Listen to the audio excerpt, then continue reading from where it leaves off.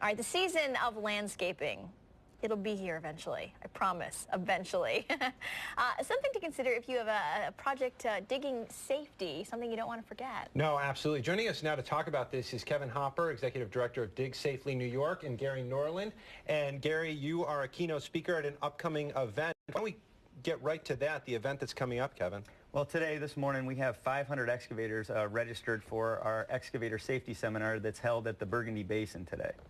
And this is geared towards the professionals. Yes, our intent is to provide a full day of safety training so that the excavators, when the weather gets better, when they go out, spring hits, they're prepared, they're digging safely within our communities, making sure that underground utilities are located and they know how to dig around them safely. Absolutely. We're going to stick with the professionals for just a minute as I head to Gary here. Gary, what's the main message that you're going to tell the folks there? About the mistakes that can be made and the ramifications of what you do if you don't follow those rules. If you don't call 811 and you dig into, say, a power line. I spent years in a hospital due to those mistakes. Wow. And I'm trying to prevent people from making those mistakes. And so I share my experience with them so they can understand what the impact is to your family when you don't follow those rules. Can you tell us a little bit more about the work you were doing at the time? I was a maintenance electrician at a pulp and paper mill. Okay. And I touched a 12,500 volt power line with my right earlobe and then the back of my head, and I was paralyzed from the waist down, and I had to learn how to walk and talk and all that all over again. How long ago was that? 22 years ago. Wow. And so when I travel the United States and Canada sharing that story with companies and people trying to get them to wake up, you know, stay focused, make those phone calls to 811 before you dig. How many times do you hear people say, you know, yeah, I know this stuff, I know this stuff? Yeah, and I hear that all the time. I spoke yesterday and a gentleman came up to talk to me and he's, you know, I've made those mistakes so many times because when I get them in a conversation, I ask, how many guys have ever taken a shortcut? Well, every one of them will raise their hand, you know, and it's trying to get them to understand what's going to happen if you keep doing that. Well, you've even made me think our mailbox got knocked down by a plow. So as soon as it does thaw out, we're going to have to dig that up and get going again.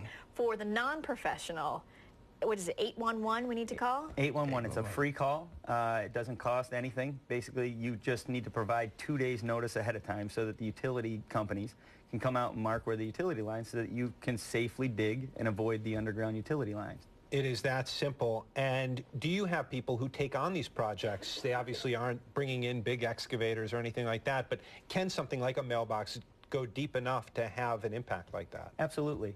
27% of the damages in New York State last year were the result of those of people failing to call before they dig. So making a simple call to 811 can really improve your chances of missing or not digging into an underground utility line. Yeah. That work coming out to your home and making those markings, does it cost the homeowner anything? Absolutely not. It doesn't? It doesn't. It's a free call, and the utility companies come out because they want to make sure that you're safe around their underground utility lines. Yeah, and I love what you're doing right now, which is training the professionals, and if not training them, reminding them of the importance of this. It is. It's a very important reminder. We try to do it every spring. We travel New York State and hit all of our major markets.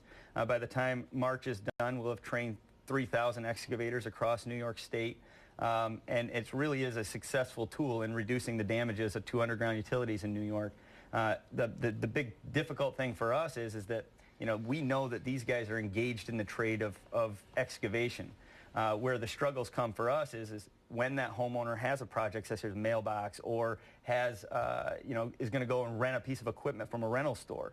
We need to make sure that they understand that there is danger out there and just take that time to call ahead and get the utilities marked before you do that. And that's just as simple as putting up the flags and maybe coming out with some spray paint? Yeah, the utilities will come out.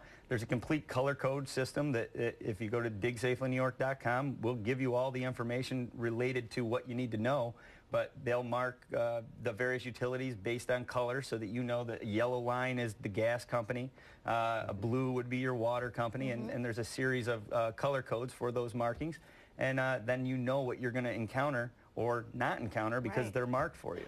Wow. Yeah. Seems like a no-brainer. Kevin, thank you so much for the information. Good luck today with the event. Gary, thank you for sharing your story with us. My pleasure. Good luck to you. New York safer. Thank you. 811, that's all. That's free. 811. Hi. All right. Guys, thanks. Thank you. All right, coming up, the president and CEO of the Humane Society at Lollipop Farm going to be here previewing our big telethon this weekend. Back with that in a moment.